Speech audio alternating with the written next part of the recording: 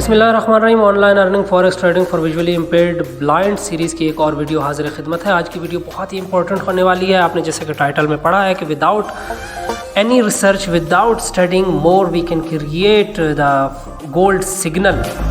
तो क्या ऐसा पॉसिबल है? तो जी हाँ, बिल्कुल ऐसा पॉसिबल है। वीडियो का एंड तक देखिएगा, आपको ये स्ट्रेटजी, ये टेक्निक सीखने को मिलेगी कि आप कोई भी स्टडी, कोई भी रिसर्च, बहुत ज़्यादा रिसर्च, कोई भी नहीं, बहुत ज़्यादा रिसर्च किए बगैर सिग्नल क्रिएट कर सकते हैं। तो वीडियो की तरफ जाने से पहले गुजारिश ये है जनाब कि वीडियो को लाइक कीजिए, दोस्तों के साथ शेयर कीजिए, चैनल को सब्सक्राइब कीजिए, बेल आइकन को ज़रूर हिट कीजिए और हाँ, उन दोस्तों के साथ ये पूरी सीरीज़ ज़रूर शेयर कीजिए जिनके बारे में आप फिक्रमंद हैं और आप चाहते हैं कि वो फॉरेक्स ट्रेडिंग में आके अपना कोई अर्निंग का सोर्स बना सकें और अपने कमाई का ज़रिया बनाते हुए अपनी इनकम या तो इंक्रीज़ कर सकें या कम से कम इनकम जनरेट कर सकें, ताकि उनका जेब खर्च ही निकलता रहे। वीडियो की तरफ चलते हैं। जी जनाब, तो जैसा कि आपने टाइटल में पढ़ा, ऐसा बिल्कुल पॉसिबल है, सिग्नल क्रिएट हो सकता है, लेकिन इसके लिए कुछ चीज़ें हैं जो आपने नोट करनी होंगी। वाज़े बताता चलूँ कि ये सिग्नल सिर्फ गोल्ड USD का है, यानी गोल्ड XAUUSD के सिग्नल आप क्रिएट कर सकते हैं। इसके अलावा दीगर करेंसीज़ और कमोडिटीज़ के लिए हम फिर कभी वीडियो बनाएंगे। तो जनाब, सबसे पहली चीज़ जो आपने नोट करनी है, आपने 2 से 3 ऐसे चैनल सब्सक्राइब कर लेने हैं जो सुबह सुबह गोल्ड के टेक्निकल और फंडामेंटल लेवल्स बताते हों। आज के दिन का इम्पोर्टेंट डेटा क्या है, न्यूज़ कौन कौन सी और किस किस टाइम पे है, ये चीज़ें बताते हैं। चैनल आपने सब्सक्राइब कर लिए, सुबह 7 से 9 बजे के दरमियान इनकी वीडियोज़ आ जाती हैं। आपने वीडियो देखनी है, ये वीडियो 2 से 10 मिनट के दरमियान की होती है, तो आपने वीडियो देख ली, सिर्फ गोल्ड के लेवल्स देख लिए, नोट कर लिए, इंपॉर्टेंट डेटा किस टाइम पे है और किस किस मुल्क का है, ये आपने नोट कर लिया। और ये भी वहाँ से भी नोट कर सकते हैं। वैसे आप चाहें तो investing.com से भी देख सकते हैं कि गोल्ड रात में क्लोज़ कहाँ हुआ था और सुबह ओपन होने के बाद इस वक्त वो कहाँ है। 7 से 9 बजे के दरमियान ये जो 2 से 3 वीडियोस देख के आपने ये चीज़ें नोट कर ली। इसमें टेक्निकल लेवल्स मुख्तलिफ हो सकते हैं, यानी सपोर्ट और रेजिस्टेंस एरियाज़ हर यूट्यूबर अलग बताएगा, लेकिन जो डेटा का टाइम है वो एक ही होगा और न्यूज़ का जो टाइम है वो एक ही होगा। तो ये चीज़ें आपने नोट कर लेनी है। 2-3 वीडियोज़ इसलिए सजेस्ट कर रहा हूँ कि आपको पता चले कि सपोर्ट यहाँ से यहाँ तक हो सकती है, रेजिस्टेंस एरिया यहाँ से यहाँ तक हो सकता है, क्योंकि मुख्तलिफ होते हैं। ज़रूरी नहीं है कि एक ही का बताया हुआ सपोर्ट या रेजिस्ट एरिया को गोल्ड रिस्पेक्ट करे।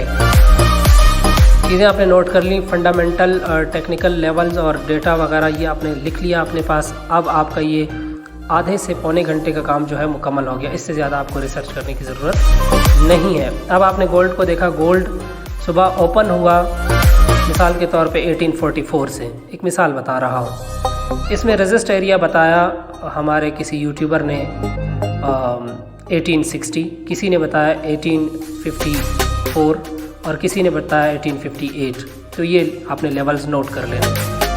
सपोर्ट एरिया किसी ने बताया जी 33, किसी ने बताया 28 to 30, किसी ने बताया 25 to 28 सपोर्ट एरियाज़। तो ये भी आपने कर लिए नोट। डेटा किस किस टाइम पे है, डेटा भी आपने कर लिया नोट।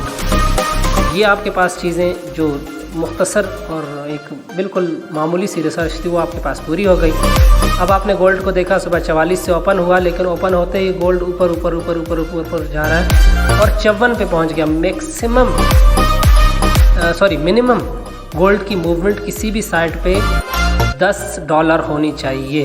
तो 44 अगर मैंने बोला है तो ज़रूरी नहीं 44 से 45 हो सकता है और ऊपर 54 से 55 हो सकता है। इस हिसाब से लेवल्स आपने खुद ही देखने हैं। सपोर्ट और रेजिस्टेंस का क्या काम है वो मैं आगे बताता हूँ।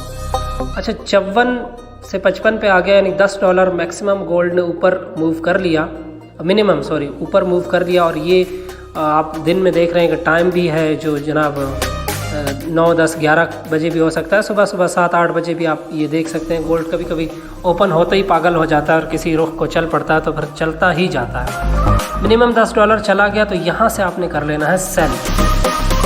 44 से ओपन हुआ, 54 पे पहुँच गया, आपने एक सेल करनी है। सेल के लिए आपके पास इक्विटी $500 की होनी चाहिए। क्यों होनी चाहिए? ताकि खुदा न खास्ता आपका स्टॉप लॉस लगे तो आप पे नफसियाती दबाव ना हो। ये स्ट्रेटजी स्टॉप लॉस वाली है और स्टॉप लॉस लाजमी आपने लगाना है। इसके अलावा आपने काम नहीं करना है। इस स्ट्रेटजी की एक्यूरेसी जो है वो 60 to 70% है और इसमें कुछ साइकोलॉजिकल जो है वो पॉइंट्स भी हैं, वो भी मैं आपको बताऊंगा कि किस वक्त आपको ट्रेड करनी चाहिए, किस वक्त नहीं करनी चाहिए। ये चीज़ें भी आपने ज़रूर नोट कर लेनी हैं।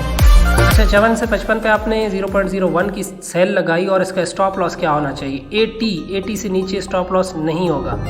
चाहे ये 54 से 55 पे आपको मिला गोल्ड 44 से ओपन होके, चाहे ये 58 से 60 पे मिला, चाहे 60 से 65 पे मिला, आपको स्टॉप लॉस जो है 80 का ही लगाना है। उस सूरत में कि ओपन ये 44 से 45 के दरमियान हुआ है। ऐसा नहीं है कि 60 से ओपन हुआ 65 पे मिला, पता चला जी सर ने वीडियो में बताया था कि 65 पे मिले तो स्टॉप लॉस 80 का नहीं, 44-45 यानी मूवमेंट उसकी $10 की होगी, 20 की होगी या 25 की होगी या 30 की होगी। किसी भी सूरत में स्टॉप लॉस का रेशो क्या होना चाहिए मैं आपको इस तरह से बताता हूँ कि अगर $10 ऊपर मिला अपनी ओपनिंग से तो आपने सेल किया, आपको 25 से $26 का स्टॉप लॉस लगाना है, 25 से 26। अगर $20 मूव कर गया तो आपको उस सूरत में $15 का, $15 से $16 का स्टॉप लॉस लगाना है। अगर 30 मूव कर गया तो आपको $10 का स्टॉप लॉस लगाना है। यानी स्टॉप लॉस के ये लेवल्स लाजमी याद रखने हैं। 10 पॉइंट की सूरत में आपको 25 से 26 का स्टॉप लॉस लाजमी लगाना है, इससे कम नहीं लगाना।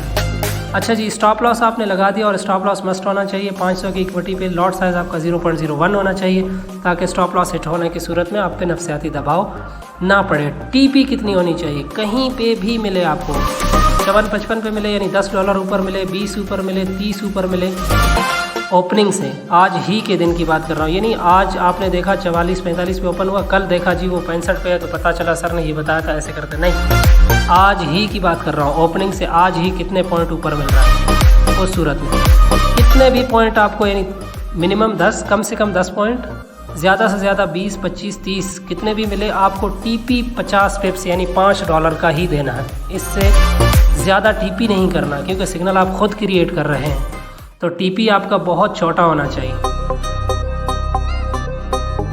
और ये टीपी इसलिए छोटा हो कि $5 भी अगर आज के दौर में आप खुद से कमाते हैं तो इसका मतलब ये है कि आप 1200-1300 रुपये आराम से कमा रहे हैं। डॉलर बहुत महंगा हो गया मेरे भाई। अच्छा जी, यही स्ट्रेटजी आपकी सेल के बाय के लिए भी होगी। अगर आप बाय करना चाहते हैं तो उसी तरह मिनिमम 10 पॉइंट नीचे जाने दो गोल्ड को। 10 पॉइंट नीचे है तो 25 से 26 का एसएल, 20 पॉइंट नीचे है तो आपको जनाब 15 का एसएल, 15 से 16 का एसएल, 30 पॉइंट नीचे है तो आपको 10-11 का एसएल लगाना चाहिए और इस तरह से बाय करना चाहिए। और टीपी वहाँ पे भी $5 यानी 50 पिप्स का ही रहेगा। सिग्नल आपने खुद क्रिएट कर लिया। एक्यूरेसी इसकी मैंने बता दी जो है वो 60 से 70%। अच्छा, इक्विटी आपके पास $500 होने चाहिए। लॉट साइज़ आपका 0.01 होना चाहिए। एक दिन में एक ही ट्रेड आप एक्टिव करें, जब तक उसका टीपी एसएल ना लगे दूसरी ट्रेड एक्टिव ना करें। किस सूरत में ट्रेड आपको नहीं लेनी चाहिए, वो ये सूरत हाल है कि गोल्ड ओपन हुआ 44 से 47 तक गया, नीचे 40 तक आया, 47 तक गया, नीचे 40 तक आया, तो इस लेवल में घूमता रहा, $10 के दरमियान ही घूमता रहा, ऊपर ना $10 गया ना नीचे $10 आया, तो मैं क्या करूँ, ट्रेड ही ना लें। उस दिन आपको ट्रेड लेनी ही नहीं चाहिए, क्योंकि मार्केट कोई ट्रेंड डिसाइड नहीं कर पा रही, मार्केट किसी तरफ को जाने का इरादा जाहिर नहीं कर रही, लिहाजा आपको ट्रेड नहीं लेनी चाहिए। डेटा का क्या काम है? डेटा देखें, अगर हाई इम्पैक्ट डेटा है तो डेटा का टाइम आपके पास नोट है, उससे पहले आपने 5 का टीपी लगाया है। अगर टीपी 5 का है, $2 भी मिल रहे हैं, लेके निकल जाए मार्केट में, डेटा का इंतज़ार ना करें। अच्छा, अगर मीडियम इम्पैक्ट डेटा है तो स्टॉप लॉस अपना छोटा कर दें। 25 का स्टॉप लॉस है, सॉरी स्टॉप लॉस छोटा ना करें, मैं गलत बता रहा हूँ। अगर मीडियम इम्पैक्ट डेटा है तो स्टॉप लॉस आपका वही रहेगा। टीपी आप 50 पिप्स से 30 पिप्स पे ले आए, टीपी लगा दें 30 पिप्स का, कि मामूली सी हेल जोल होगी तो आपका टीपी हिट कर जाएगा। अच्छा जी, अगर medium impact low impact data है तो आपको टेंशन लेने की ज़रूरत नहीं है, आपका टीपी और स्टॉप लॉस वही रहे, इंशाल्लाह आपका टीपी हिट हो जाएगा। उम्मीद करता हूँ आज की वीडियो आपके लिए बहुत ज़्यादा इन्फॉर्मेटिव हुई होगी, आपने बहुत कुछ सीखा भी होगा। आज के लिए इतना ही, फिर मिलते हैं इंशाल्लाह किसी नई वीडियो में किसी नई बात के साथ। तब तक के लिए मुझे रखिएगा अपनी दुआओं में याद। अल्लाह निगहबान।